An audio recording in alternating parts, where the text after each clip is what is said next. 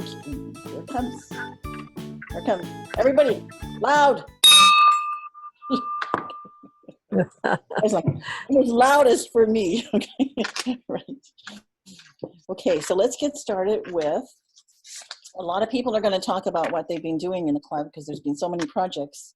In spite of COVID, we did a lot of projects this year, and it's because of all of you guys who did it, you guys and gals who did it, not me. It's all of you and all the work you put into it.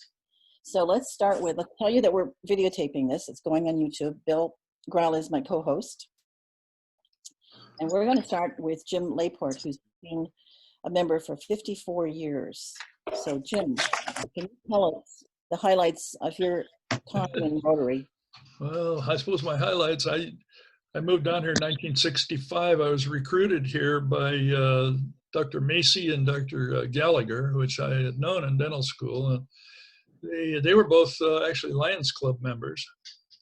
And when I arrived here, I had a First National Bank account, and Rotarian Wes Nissen at that time was at a First National Bank. He got me connected with a realtor named Jack Gitchell, and he found me a house.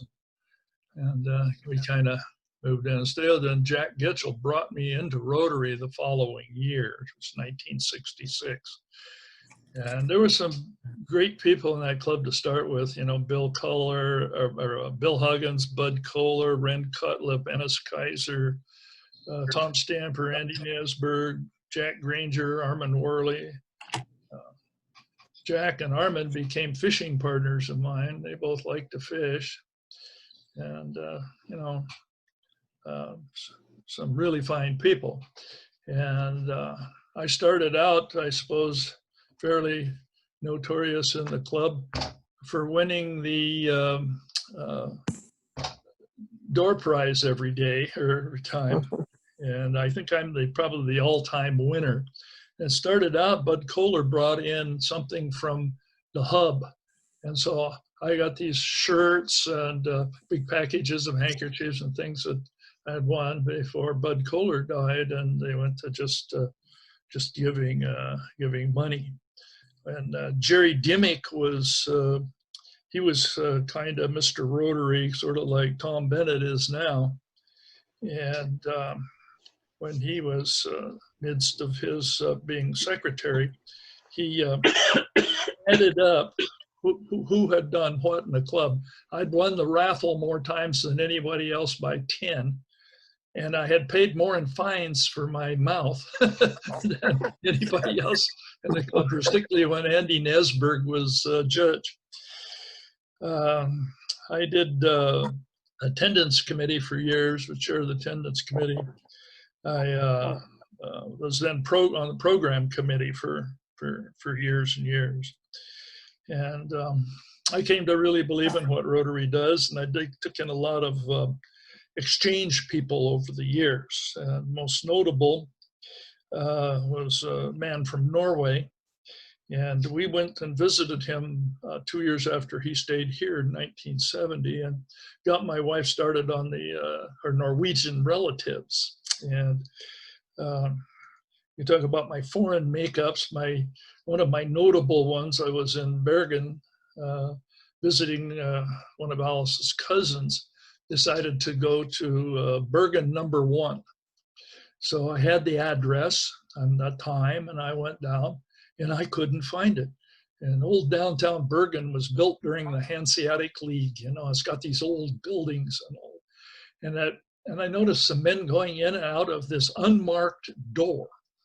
So I came up and asked, and in those days, we just didn't speak a lot of English, but found a guy, oh yeah, Rotary Club is here. So I entered this unmarked door to an inner sanctum, went up this huge long flight of stairs and into a room that had some of the finest wood in it I'd ever seen. The Norwegians must have imported it from Honduras or somewhere.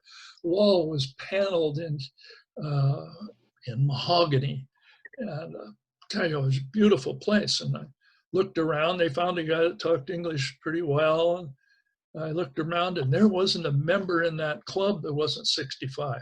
I felt like a young man there, because this was many years ago. And I was, gosh, you know, and he said, oh, well, this is the old club and you don't want to stay. I'll give you your makeup and you can leave because we're doing a funeral for one of our members.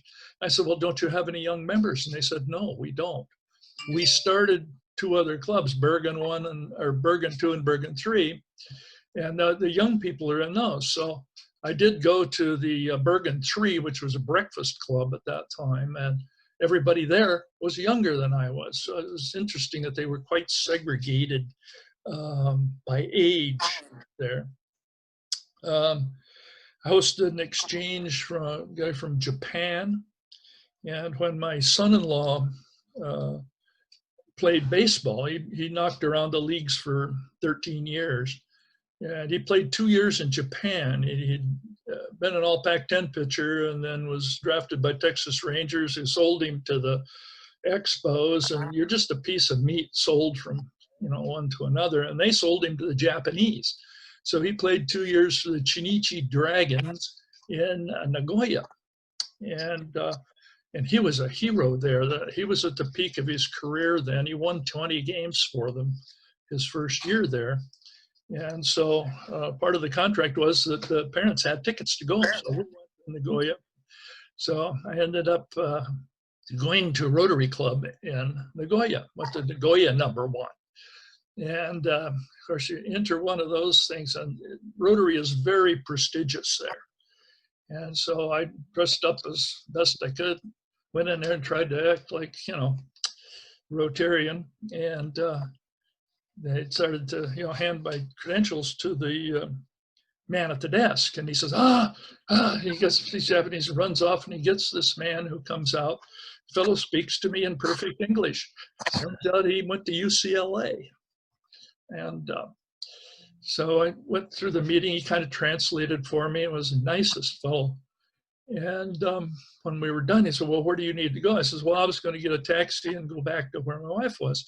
And he said, no, I'll take you. So I got into, and this was 1991, I got into this huge black sedan that had GPS in it. I'd never seen GPS. He had a map of the city there, and I could tell exactly where it was. The first time I'd ever seen it, they were way ahead of us. And he delivered me off and very cordially invited me back to the club. I went back a week later. And the translator that my son-in-law had with the club, I said, well, this man gave me a ride back. And I handed him the card, and he looked at the card and he said, oh, and I said, the guy said he was a chicken farmer. And the translator had been an exchange student in the United States. And he looked at the card and says, yeah, he's a chicken farmer like Tyson is a chicken farmer. So I had, this was the #1 poultry distributor in Japan. Those 2 of my, you know, favorite makeups. Go back to a fond memory of the club. I like to, when we sang, and I don't sing at all, I'm tone deaf. And so I go to Rotary, and if there was a place to sit at the table with Ron Bruce, the Farr brothers, Len and Don Farr, and Gordon Ogden and Ron Bruce sit down here. And when we stand up and sing a song, I just be quiet and just listen to those guys. They were wonderful, did a wonderful job singing. And 22 years ago, when we bought a little condo down in Indian Wells, I went around to a number of clubs, and I went to a club there that sings. And in that club, I can feel like a young man too, because they're all quite old. So, but I've had a very good time with Rotary. Anyway, I don't know. Anything else? Anybody want to hear about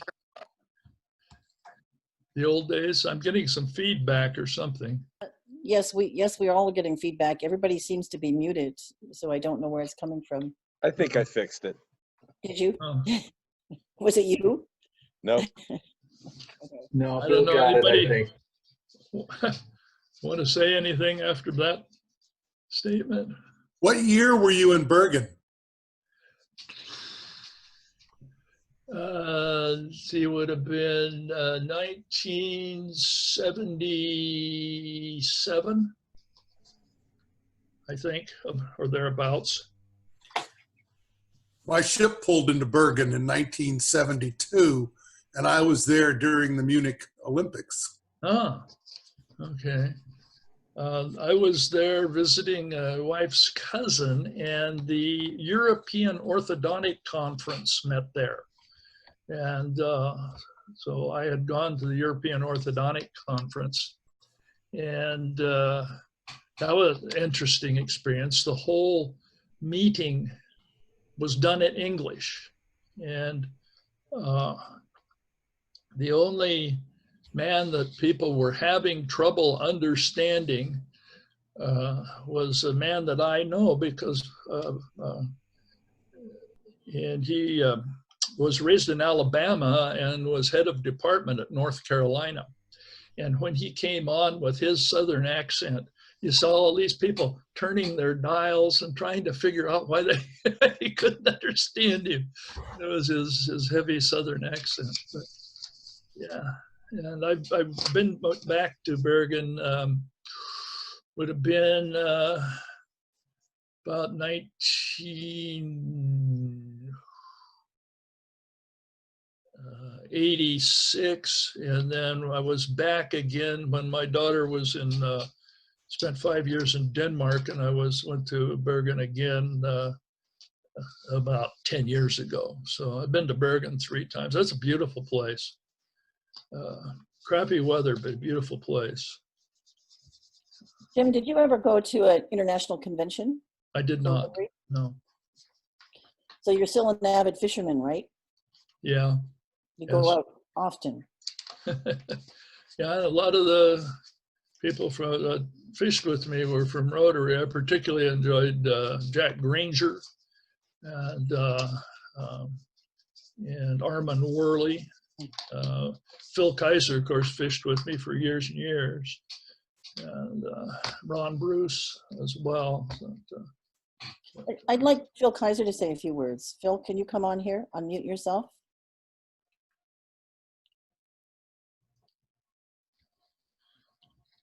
Hold your space bar down. Well, okay. I don't know what year Phil joined. Does anybody know? Tom, do you know? He joined, he took a longer residency than I did. So he was, Phil, you came in about 4 years after I did, I think. So he would have been 69, 70.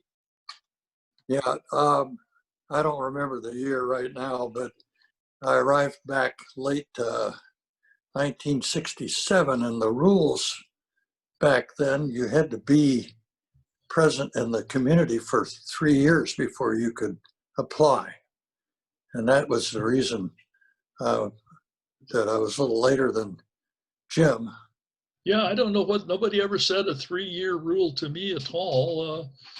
I say Jack Mitchell lived across the street from me when I first moved to town. And of course I was business dealing with Jerry Dimmick, or with Wes Nissen. And go on, and I don't know, I was invited to join in April of '66 by Jack Getchell. And, yeah, well, I was the youngest member of the club at that time. I was not quite 30, I was 29. And so when I went to the orientation given by Phil's father and Ren Cutlip and so on, they were stressed about, bringing other people into Rotary. And I thought, well, here's my chance, because at that point, Gary Gaylord had moved back to town. He didn't have his teaching position at that time, and he was running the vending machine. He was running the vending machine company here. And so I brought Gary Gaylord in about 2 months later, so I was no longer the youngest member in the club. So Jim and Phil, at some point, Coos Bay North Bend Rotary, like a lot of these clubs, stopped being a suit and tie organization. Yes. When did that happen? And was there a discussion about it? Boy, I don't remember discussion. I remember a big hoop-de-doo about bringing women into the club. And some people were, pretty very much opposed to that at the time. And I remember that discussion, but I don't remember the suit and tie discussion.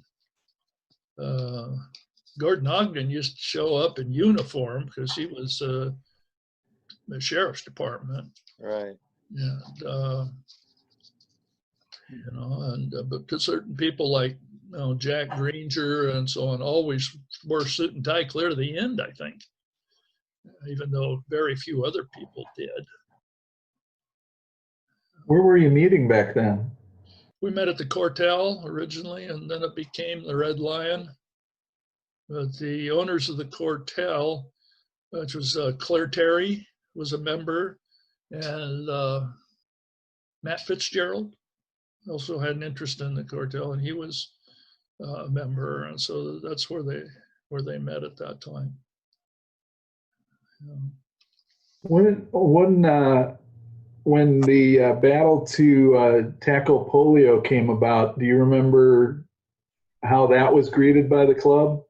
Very well. I don't remember exactly who was spearleading that at the time, but Had there been a lot of people impacted through the club by that, or was this something that was just bought in because Rotary had bought into it? I think just because Rotary had bought into it, and we had quite a few physician members at that time and healthcare members. So I'm trying to get Carrie Mitchell in. She must be on the wrong one. There were two different emails went out and I corrected it. So I'm trying to get her on. She's trying to get in right now. Just telling you what I'm doing with my phone. I'm not playing games on my phone. Okay. Hey, I remember Fred Class was the, oh, yes. He was the iconic club secretary when Yes, I yes, joined. Yes, yes. Yeah. And I don't know who was the secretary before Fred, but he certainly was a legacy for many years. Geez. I can see his face, but I can't come up with the name. Probably come to me about 3 a.m. Yeah, I remember Fred Class and Jerry Dimmick. Lauren Sherrill was secretary when I came in. Sherrill. I think his first name was Lauren. He had a nickname, but he was older, quite older, and I just called him Mr. Sherrill in those days. But he was secretary when I came in. Hey, thank you, Jim. Were there two clubs then? Was it Coos Bay and North Bend, or was it just one club in the beginning? They were always Coos Bay North Bend Rotary. They were very adamant about that when I joined, about the fact that they had one club and so on. And the one club thing stuck until David Bridgham was president. He wanted to start more clubs. And I think he eventually ended up starting two more clubs, but that was David Bridgham was in that. Before that, they were very adamant about the one club, one community feeling, and I think there was an objective to having prominent people from both communities in the club. Okay, any other questions for Jim? Thank you, Jim. That was great. I'm glad you're able to come on Zoom. And you've been doing a lot of the Zooms ever since March. I think you've been coming on a lot of them. Yeah, we've been having family conferences on Zoom. My daughter is my teacher daughter is doing her classes on Zoom. And so every couple of weeks she gets the whole family on Zoom because she's really good at it now. So and thank you, Phil Keizer, for coming on too today. That's great.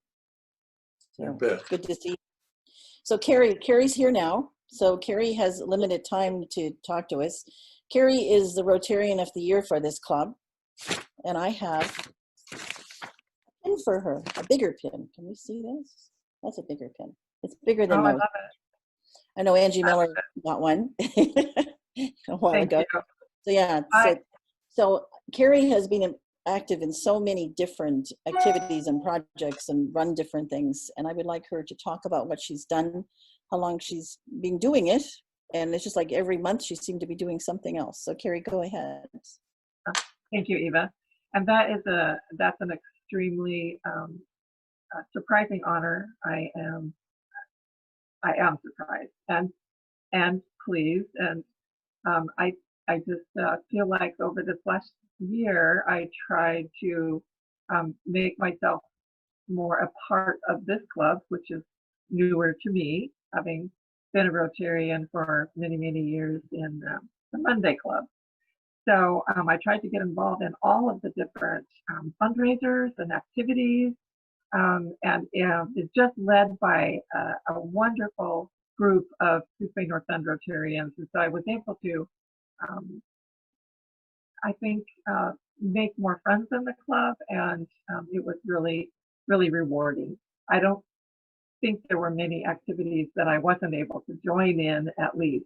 So I just want to say thank you to everyone. It was great, and I definitely feel like I'm more a part of this club now. So thanks a lot, and I apologize for being so late to join and so quick to pop out, but I have to go work in the lobby.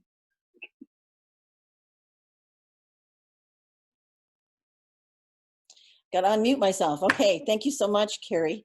I was going to have you talk about hand sanitizer, but we got Steve Scheiderman who can talk about that, and Amy Bailey too. So thank you. Okay. You have to leave right now? Okay. Okay. Okay, with that, let's go to Tom. Tom, you want to talk about a number of things. Tom Bennett, can you come on here and tell us a whole bunch of things? I sure can. First of all, got to start out with Jim Layport. I'm pretty sure he's got perfect attendance for his 54 years. And of course, he wouldn't necessarily bring that up, but every time I ask him if he's making up down in Indian Wells, he reminds me that he's got perfect attendance and always has. So that's a shout out for Jim. We have had a good year in a lot of ways. Before the COVID, we were at 44 of our 118 members had perfect attendance, based primarily on all of the activities in which they participated. We are an active club. We surely are. It's been a pleasure to work with Carrie along the way. She is a very real leader. Some things that have had a little bit lesser attention, and rightfully so, our fairly new battery box project has sent 3 boxes to Ohio for recycling, 100% recycling. And so that's 129 pounds of alkaline batteries that we have collected primarily at the Coos Head Food Store, although the Marshfield Mercantile also has a box up and has a few in there. And then on the warehouse, I would report that if I'm sure that all of our viewers today are aware that we found quite a lot of very valuable personal protective equipment in the warehouse and got it right into the proper hands for distribution when things were really popping in terms of the virus. And now we are estimating that in August, we will have everything sorted, everything boxed up, and agreed to by Aaron Bozel in Colorado. And we're going to load a truck and we're going to get it out of here, and we're going to be done with that particular project. A note, as of today, we have 71 members that are paid up, and we hope that any listeners on here today who have not yet paid will get it done so that I know where we stand basically tomorrow. And so that's what I have for you. It's, and our club is going into next year in an entirely solvent position. We have lost some of our revenues stream, but we manage our money carefully. We will not be dipping into assets to start next year, and I doubt that we will dip into assets next year unless we choose to for a project. don't want to mute here. Thank you, Tom. Any questions for Tom? No, well, thanks a lot, Tom. And now I have Deanne on my list to talk about programs that we had this past year and what she thought was a highlight of those programs. Well, I think that we did very good with our programs. We put out a weekly schedule of the upcoming months, and fortunately, I had all 52 weeks booked, and then we had the coronavirus. But before that, the highlights was that we had Sylvia Whitlock here right before the pandemic. After the pandemic hit, we just went into a different mode and got some different speakers that were more pertinent to our crisis here in the community. But we did end up with a couple of fun, more interesting ones with the Charleston Marine Aquarium and Jay Farr's electric cars, which was, you know, brought us all out with smiles and thinking about something different for a topic. The other thing that I was the representative for our club was the Rotary Friendship Exchange for the district. And I was very fortunate that in October, my husband and I got to go to Pennsylvania, and we visited 5 Rotary clubs back there. And because of the pandemic, we did not get our people from Louisiana this year. But anyway, that's about it. I hope everybody was okay with our programs. Nobody backed out at the last minute, so I feel good about that. Yes, wonderful. Thank you. Thank you for keeping up with them all too. That was a job. I now have Steve Scheiderman. Steve, are you there? I am. I'm having video issues, I guess. Okay. Can you tell us about the things you did this year, including the hand sanitizer, and maybe Amy, you can jump in with that? Yeah.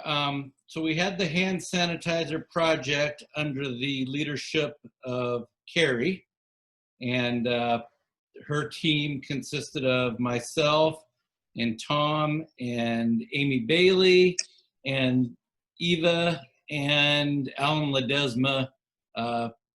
Eva designed, I think, the labels, and Alan took care of printing and had his soccer players attach labels to the gallon jugs for us. So it was a great team effort. We met as a group out at Stillwagon to pick up the first big batch of sanitizer, and then had a distribution party in the parking lot at North Bend Medical Center. And we were greeted by many grateful firefighters, police officers, sheriff's deputies. So it really turned into be an excellent community project on behalf of our club. Then, you know, I just part of a lot of other committees that Cruise the Coos. Steve. Talk about Cruise. Talk about Cruise the Coos. Our new members don't really know about that, probably. Okay, well, yeah, we did. Of course, we had the cruise for this Rotary year, but we spend most of the prior Rotary year planning like we had already been for next year's cruise, which we just unfortunately canceled. But the cruise co-chaired by kind of a 4-way co-chair with Russ Clark, Bogue Morgan, Randy Thompson, and myself, each breaking up assignments into critical areas. And then we had Stephanie Kilmer and Rick Rayfeld doing the important stuff of receiving and organizing registrations. So that really helped smooth out the process. And we had excellent weather, and we had a great event last September, and we're disappointed that we won't be able to do it this coming September. And Amy Bailey played a big part in that Cruise the Coos at the mill. Yes, Amy and her team host us at the mill and give us a great parking area, and a great Rotarian and a great person, and her company also is an excellent supporter of Rotary and its projects. Quit blushing. Thanks, Steve. So Steve, if you're done, I'll go on to Amy and have her talk about Festival of Trees because our new members don't know about that either. One last thing really quickly Sure. on Sure. what Tom was saying about dues. Anyone is free to call me after this meeting and I can process their credit or debit cards so they can get their dues paid today. Steve, if Roger Dixon hasn't done that, I saw him this morning and he said he was going to call you over the phone. Thank you. Okay, thank you, Steve. That's great. Amy. Hi, everybody. Congratulations, Eva, your last meeting of the year. What a way to end it, right? Yeah, Festival of Trees. Gosh, Heidi Prowitt and I co-chair that event. We've lost count of how many years it's been going on. I think Carrie was a part of the start, the very beginning, way back when it was a Monday Club event. So the event's two-part. For a quick recap, the trees are sponsored and decorated by different companies and individuals around the community, and then a week and a half later they are auctioned off again to businesses and individuals in the community. Our goal has always been to raise about $25,000, and gosh, Tom, you can jump in here, but I think we were spot on. I think maybe over by what, $90 or something like that from memory, or within. That would be correct. Fantastic. Yep. So it was a great year, great year for the event. We had record number of people in the room. We had some really fantastic bidders, and it, as the second largest fundraiser for the club, it was a big success. So we have not had a discussion about 2020's event, but I'm sure in the next couple of months we'll need to do that. Usually September is when the planning begins, so we've got some time if we want to hold off on that decision. Thank you. We also had the four-way speech contest, which we still did something with. So talk about that a little too. Who we didn't this year. We did sign up for it. We had sign-ups, we had registrations, but we since the district conference was canceled, we did not host the local version. So we hope to participate again next year. But we did contribute to those ones that signed up. We did give them some funds. Yes. Yes, Yeah. we had two or three students, any high school age from Coos Bay or North Bend had signed up to participate. So they would have given a 5 to 7 minute speech at the club since the club meeting and the district conference was canceled, as a way to say thank you and encourage them, if they don't graduate this year, to reapply and try it again next year. We did give them a small thank you, token of our appreciation. Yeah, that was good. That was very good. Thank you, Amy. Thank you. Mm-hmm. Thank you for your service in Rotary, for sure. Absolutely. Okay, Brad, are you there still? Can you tell us about Shelter Box and what happened with that? Okay, well, as you may be aware, that the club has been active in Shelter Box for a number of years, and that this last year they presented to Shelter Box an amount of $3,000, which was a large gift that supported a number of activities across international as Shelter Box has responded to disasters and both man-made and natural disasters to shelter. The biggest one this year certainly was Syria and the refugees there. The COVID situation has created additional concerns and for folks not only in the United States but internationally, and some of the hardest hit areas have been again supported by Shelter Box. So I got an opportunity this year to become an ambassador for Shelter Box through the support of the club. And in fact, I just got a text this morning from Peggy Karloff. I think all of our members know Peggy. She was the one that came presented this year to us with her husband. They are requesting that I do a face-to-face. We have Brookings Harbor is still meeting right now face-to-face, and they'd like to hear some more about Shelter Box. So I'm going to be making a rundown there here in the next couple weeks. So the other part that I'm really excited about, I don't think Chris is with us today or Tennille, but the gift of literacy is a piece that the club has supported through the regional grant process. And this year, we weren't able to have the culmination activity at SWAC that we've done this would be our second year with the gift of literacy, but we were able to get all of the books and the goodies to the kids through a distribution so that, and again, these kids were, these are books that they got a chance to read at the beginning of the year before the closure. And it was nice to know that we could get those books into the hands of the kids. And again, this was a multi-district activity and multi-Rotarian activity, as we had a lot of Rotarians from a number of different clubs coming together to pull that project off. So I really want to give a shout out to, I know Tennille's not with us today on our meeting, but she's very active in terms of the gift of literacy piece. So I wanted to thank her, and Eva, thank you for your help this year as we've navigated this. It's been it's been a wrinkle for all of us to kind of do things a little differently, but I'd say the quality of our presentations in our clubs and the participation has been nice. How about we'll just say that it's been nice. So. Gotta unmute myself.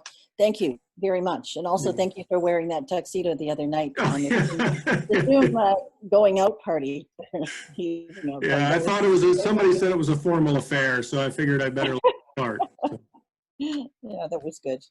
So Steve Schotterman and Christopher, I forgot about the Paul Harris. I wanted you to talk about the 9 new Paul Harrises, and I think there are 15 contributed this year in total to Paul Harris. Can either of you or both of you talk about that?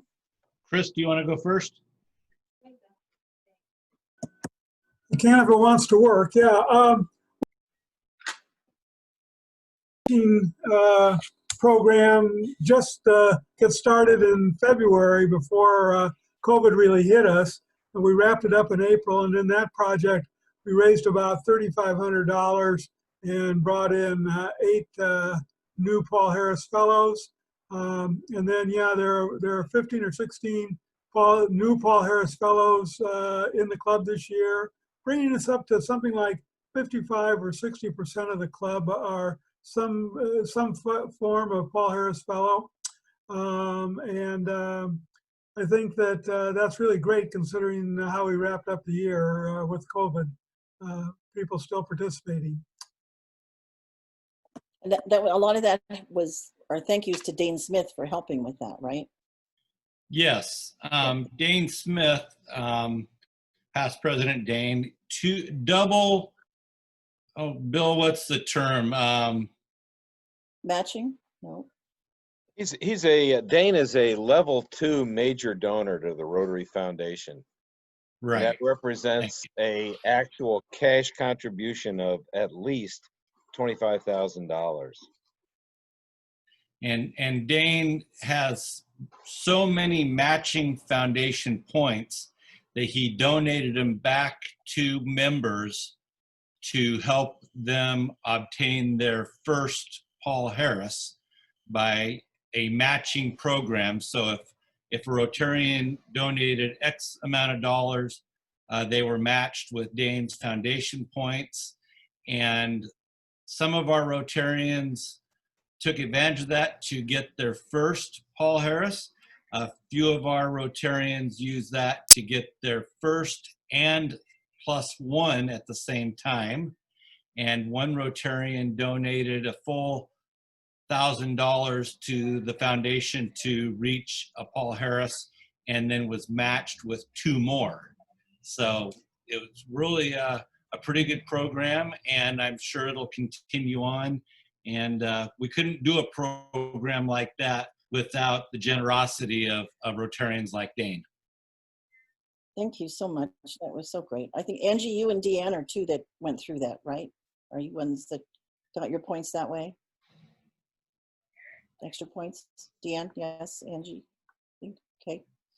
Okay, before we go on to have the new board and have Tim talk, is there anybody else here who wants to talk who hasn't spoken, like Ron Stillmaker or anybody who wants to talk about the year? Looking at you all, Carl Germstad, Rick Osborne, Dick Leslie. Nobody wants to talk? Oh, Angie does. Great. Okay, go ahead, Angie. Well, I'm a little excited tonight. We're going to have our first wine walk meeting to see what we can do in this new world to kind of bring that back. So I met with Cindy over the weekend, did the handoff of information from her, which was helpful. And so I'm excited to see how can we attack this and make it continue to go. It's been in action for so many years. So that's good news for me. I'm excited. Great. Thank you. Thank you. How about the Rayfields? Ida, Joe, or Rick? Anything you'd like to say? No, we've just been kind of quietly sitting here participating on a virtual basis. Actually, I'm kind of hopeful that we might find a way to continue, even when the club starts meeting, to be able to stream it so that people are traveling or just don't feel like they can get out yet because of age or other comorbidities that might not make it appropriate until next year, that they can still be part of it. I think this expanding it to the virtual presence expands the footprint of the club and the ability of people to participate. So I'm looking forward to our partnering with the mill to see if that's going to be possible to do going forward. Okay, good to see you too. Good to see you too. Anybody else want to speak here? Anybody else have anything to say? No, with that, okay, with that, the new board, we have one person leaving, which is Stephanie Kilmer. I don't see her on here, but I'd like to thank her for the job and all the other board members this year. And so now I'm going to hand it over to you, Tim, to talk about the virtual convention that we attended and also introducing the new board and talking about the future.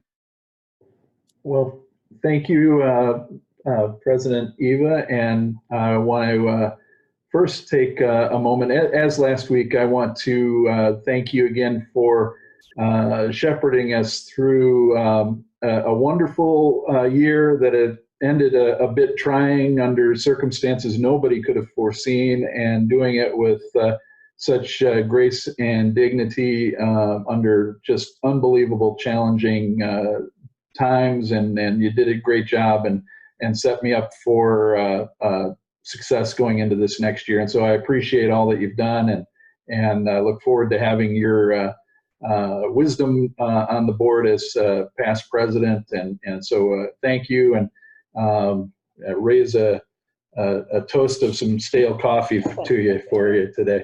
I've got tea.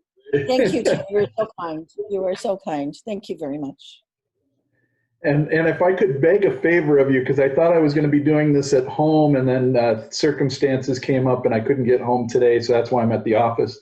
Would you be able to read off the incoming board for me, because I don't have it in front of me and I have no memory. Yeah, let me see. Do I have it in front of me? I don't think I do either. If not, they will have to show up next week to find. I do. It's on the same page that I sent to you of the 31 different projects and committees that we have. So here we go. So we have Tim Novotny as president, Ariane Lyons as president-elect. We have Ed Meyer, Tom Bennett, Patty Scott, Randy Thompson, Amy Bailey, Steve Scheiderman, Jeremy Oliver, Dave Tilton, Brad Bixler, Lori Hall, Heidi Prowitt, and now Al Solomon replacing Stephanie Kilmer. So there you go. Thank you very much. And I know it's still going to be somewhat in flux because I believe Lori is changing out. So there's still some changes that will settle in. Yeah, she's moving away. Yeah. So, but yeah, we're looking forward to hitting the ground, the virtual ground running, and tackling on those opportunities, a lot of opportunities with the challenges that we face. So we'll see what we can do. But thank you again very much, and we look forward to a year of immense opportunity for us in this new year.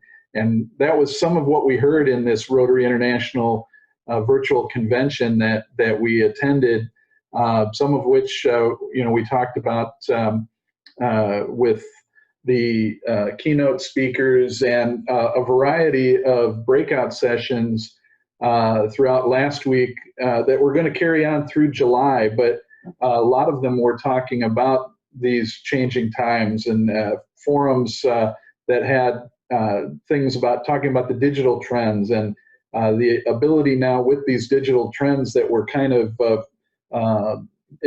forced upon us, that helped a lot of clubs to speed up, that can be used to use this opportunity to engage with younger potential members and younger members, and create opportunities for growth there.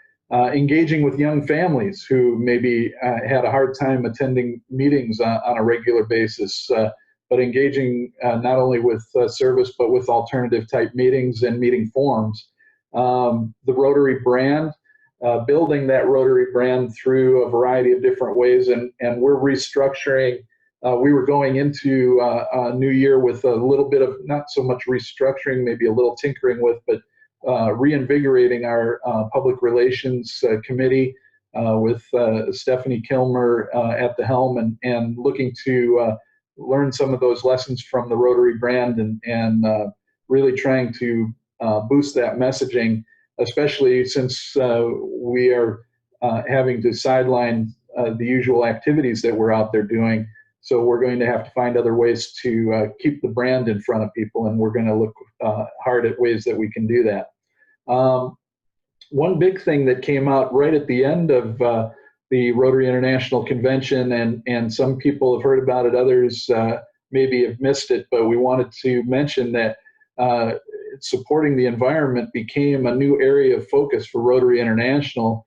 The Rotary Foundation trustees and the board of directors added that focus, I believe it was on the last day of the convention.